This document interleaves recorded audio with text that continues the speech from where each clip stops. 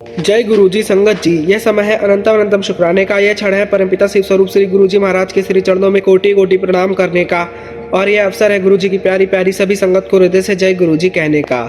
जय गुरुजी संगत जी। वीडियो को लाइक कीजिए, चैनल को सब्सक्राइब कीजिए और बेल आइकन को अवश्य दबाइए, ताकि गुरु जी की ऐसी ही दिव्य वाणी और अनुभव समय समय पर आपके जीवन में प्रकाश भरते रहे। संगत जी, आज हम जो सत्संग सुनने जा रहे हैं वह केवल धन के आने या जाने की कहानी नहीं है। यह उस अदृश्य रिसाव का साक्षात अनुभव है जो हमारे जीवन में होते हुए भी हमें दिखाई नहीं देता, लेकिन हमारे परिश्रम, हमारी कमाई और हमारे संतुलन को भीतर ही भीतर खाली करता रहता है। कई बार ऐसा होता है कि इंसान पूरी मेहनत करता है, कमाई भी होती है, अवसर भी मिलते हैं, लेकिन फिर भी हाथ में कुछ टिकता नहीं। जैसे कोई अदृश्य हाथ हर बार अंतिम क्षण में उसे खींच लेता हो और इंसान समझ नहीं पाता कि आखिर कमी कहाँ रह गई। संगत जी, जब बार बार पैसे आते ही निकल जाते हैं, जब बिना कारण खर्च सामने आ जाते हैं, जब जो बचाना चाहते हैं वही बच नहीं पाता, तब समस्या केवल बाहरी नहीं होती बल्कि वह उस माध्यम में छिपी होती है जिसके द्वारा हम अपनी ऊर्जा को संभाल रहे होते हैं। संगत जी, हमारे प्यारे शिव स्वरूप गुरुजी महाराज ऐसे ही समय में बिना किसी शोर के, बिना किसी दिखावे के हमारे जीवन की उस एक साधारण सी वस्तु की ओर संकेत करते हैं जिसे हम वर्षों से साथ लिए घूम रहे होते हैं, लेकिन उसी के माध्यम से हमारी मेहर रुक रही होती है। संगत जी, गुरु जी का हुक्म हमेशा सीधा होता है, लेकिन उसे पहचानना और उस पर तुरंत चलना ही सच्चा समर्पण होता है। आज का यह दिव्य और अत्यंत गहरा सत्संग हमें एक ऐसे व्यक्ति के जीवन से जोड़ता है जिसकी कमाई रुक नहीं रही थी, लेकिन टिक भी नहीं रही थी, जिसके जीवन में हर महीने एक नई शुरुआत होती थी और हर महीने एक नई कमी सामने आ जाती थी। संगत जी, गुरु जी के श्री चरणों में अपना सर्वस्व समर्पित करते हुए पूर्ण श्रद्धा और विश्वास के साथ आइए हम इस अत्यंत विस्तृत, अनुभवपूर्ण और चमत्कारी सत्संग को शुरू करें। ओम नमः शिवाय। शिवजी सदा सहाय। ओम नमः शिवाय। गुरुजी सदा सहाय। जय गुरुजी संगत जी। संगत जी, मेरा नाम राजीव है और मैं गुड़गांव में एक प्राइवेट कंपनी में काम करता हूँ। पिछले 2 सालों से मेरी जिंदगी में एक अजीब सा पैटर्न चल रहा था जिसे समझ पाना मेरे लिए मुश्किल हो गया था। सैलरी ठीक थी, काम भी लगातार मिल रहा था, कभी कभी एक्स्ट्रा इनकम भी आ जाती थी, लेकिन महीने के अंत में जब बैठकर हिसाब करता तो समझ ही नहीं आता कि पैसा गया कहाँ। हर बार कुछ ना कुछ ऐसा हो जाता कि जितना आता उससे ज़्यादा या उतना ही निकल जाता। कभी अचानक गाड़ी खराब हो जाती, कभी घर में कोई चीज़ टूट जाती, कभी कोई रुकावट आ जाती। संगत जी, पुराना पेंडिंग खर्च सामने आ जाता और बिना किसी वजह, बिना किसी कारण छोटे छोटे खर्च मिलकर इतना बड़ा हो जाते थे कि पूरा संतुलन बिगड़ जाता। संगत जी, शुरुआत में मैंने इसे सामान्य माना। संगत जी, हम समझ नहीं पा रहे थे कि हमारे घर की लक्ष्मी कहाँ जा रही है, हमारे घर में गुरु जी की कृपा से बरकत क्यों नहीं आ रही। संगत जी, फिर हमने सोचा कि शायद हम पैसों को सही से संभाल नहीं रहे। तो संगत जी, हमने खर्च लिखना शुरू किया, बजट बनाया, लेकिन फर्क नहीं आया। 1-2 बार तो ऐसा हुआ कि जिस दिन सैलरी आई उसी दिन 2-3 अलग अलग पेमेंट्स एक साथ निकल गए और अकाउंट लगभग खाली हो गया। संगत जी, उस समय यह सबसे ज़्यादा अजीब यह लगता था कि पैसा आता जरूर है लेकिन टिकता नहीं है, जैसे हाथ में आते ही कहीं और खींचा चला जाता। संगत जी, घर में इस बारे में ज़्यादा चर्चा नहीं करता था, लेकिन संगत जी, मेरे अंदर एक दबाव बना रहता था कि मेहनत पूरी कर रहा हूँ फिर भी स्थिरता क्यों नहीं आ रही। संगत जी, मेरी एक आदत थी कि हर सुबह जो भी खाना बनता उसका पहला भोग संगत जी मेरी पत्नी गुरु जी को स्वरूप के सामने जरूर रखती थी।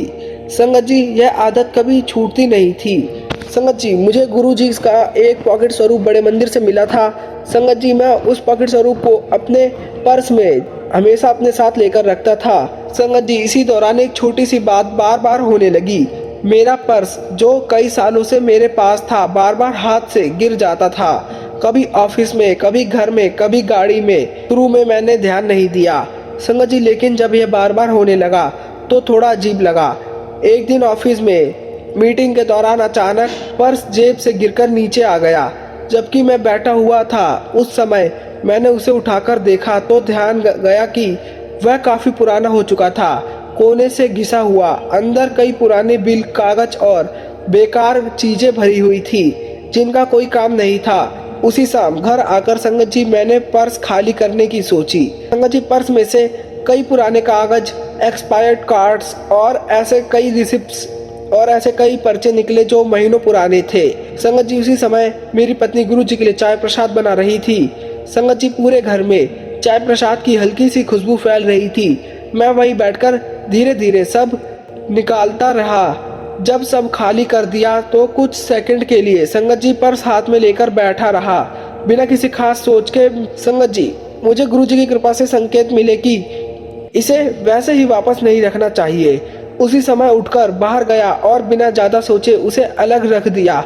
अगले दिन एक नया पर्स ले आया संगत जी, और उसे मैंने गुरु जी के स्वरूप के आगे रखा और गुरु जी से प्रार्थना की कि गुरु जी आप इस पर्स को अपने आशीर्वाद से ब्लेस कर दीजिए और गुरु जी हमारे घर में बरकत लाइए। संगत जी उसमें सिर्फ जरूरी चीजें रखी और संगत जी वही छोटा सा गुरु जी का स्वरूप भी वापस पर्स में रख दिया। संगत जी उसके बाद दिन वैसे ही चलते रहे। कोई बड़ा बदलाव उस समय महसूस नहीं हुआ, लेकिन उसी हफ्ते एक पुरानी पेमेंट जो कई महीनों से अटकी हुई थी और जिसके बारे में मैंने उम्मीद भी छोड़ दी थी, अचानक अकाउंट में आ गई। संगत जी घर के खर्चे भी रुकने लगे। उसी दिन एक और अनएक्सपेक्टेड अमाउंट भी मिला जो किसी पुराने काम का था। संगत जी यह दोनों चीजें एक साथ हुई बिना किसी फॉलो अप के।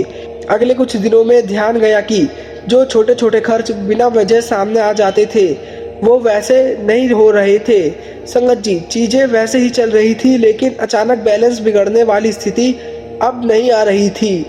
संगत जी अब घर में संतुलन बन रहा था। धीरे धीरे लक्ष्मी घर में टिक रही थी। संगत जी खर्चे अपने आप रुक रहे थे। एक दिन शाम को मैं घर आया और पर्स को टेबल पर रख दिया। कुछ देर बाद देखा तो वह वहीं ऐसा ही रखा हुआ था। उस समय बिना किसी खास वजह के ध्यान उसी पर चला गया। मैंने उसे उठाया, खोला और सिर्फ पुराने कागज ही नहीं बल्कि कुछ ऐसे छोटे छोटे सिक्के, मुड़े हुए नोट और एक दो ऐसी चीजें भी थी जिन्हें मैं बस आदत से लिए घूम रहा था, जिनका कोई उपयोग नहीं था। संगत जी उस पुराने पर्स में बहुत कुछ बेकार चीजें रखी हुई थी। संगत जी बिना कुछ सोचे समझे मैंने सब कुछ बाहर निकाल दिया और संगत जी मैंने उस पर्स को खाली कर दिया। और संगत जी मैंने गुरु जी से अरदास की कि ये पर्स मुझे दोबारा जिंदगी में ना मिले।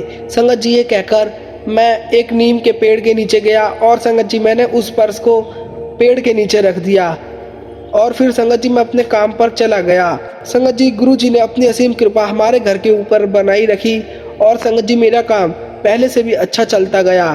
संगत जी मुझे कोई खास बदलाव महसूस करने जैसा कुछ नहीं लगा, लेकिन अगले 2-3 दिनों तक मुझे बहुत सुकून महसूस हो रहा था। संगत जी कुछ दिनों बाद सोमवार को मुझे बड़े मंदिर जाने का सौभाग्य मिला।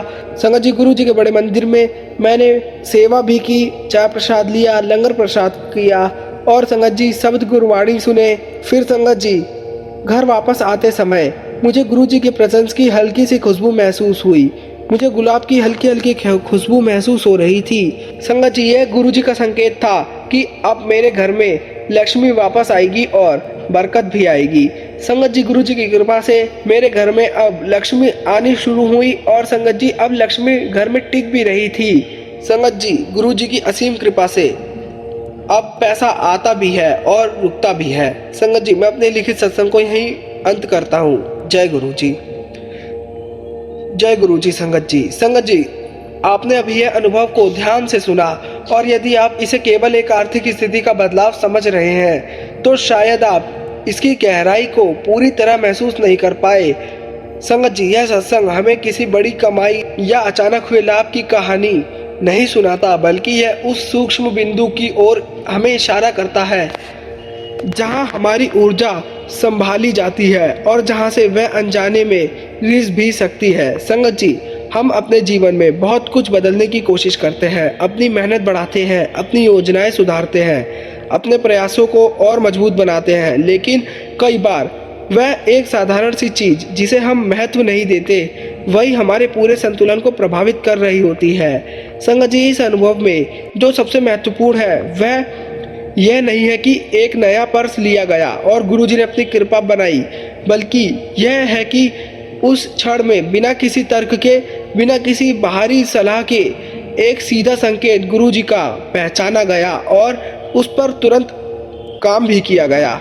संगत जी, गुरुजी का हुक्म हमेशा बहुत सरल होता है, लेकिन उसकी सरलता ही उसकी सबसे बड़ी शक्ति होती है। जब वह भीतर एक भाव के रूप में आता है तो उसमें कोई उलझन नहीं होती, वह स्पष्ट होता है, सीधा होता है और उसी क्षण परखा भी जा सकता है। संगत जी, यही सीधा कनेक्शन है जहाँ कोई मध्यस्थ नहीं, कोई विधि विधान नहीं, बस सच्चा भाव और उसका उत्तर होता है।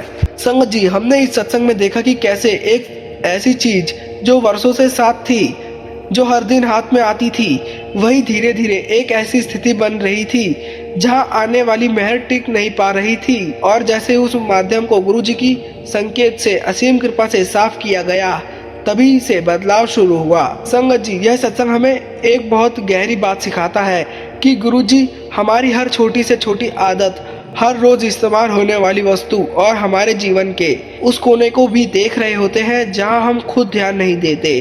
जब समय आता है तो वह उसी एक बिंदु को छूते हैं जहां परिवर्तन की आवश्यकता होती है, और जब वह बिंदु बदलता है तो परिणाम अपने आप बदल जाता है। संगत जी, यदि आज का यह सत्संग आपके मन को छू पाया हो, यदि आपको भी अपने जीवन में ऐसा ही महसूस हुआ हो, तो संगत जी आज ही शांत होकर बिना किसी शिकायत के गुरुजी से सीधा जुड़िए और उनसे बातें कीजिए। उनसे कहिए, गुरुजी कृपया मुझे वह एक चीज दिखा दीजिए जहाँ से मेरी मेहर फिसल रही है। संगत जी, जब यह प्रश्न सच्चा और मन से होता है, पूरी श्रद्धा से होता है, तो उत्तर भी उतना ही स्पष्ट आता है। संगत जी, अंत में बस इतना ही कि गुरुजी का हुक्म जब आता है तो केवल सुनने के लिए नहीं होता, वह करने के लिए होता है, और जो उसे उसी क्षण पहचान लेता है उसके जीवन में रुकावटें टिकती नहीं है। संगत जी, आइए मिलकर गुरुजी का मंत्र जाप करते हैं।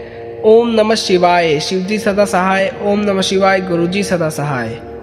जय गुरुजी, शुक्राना गुरुजी, आपका लख लख शुक्राना।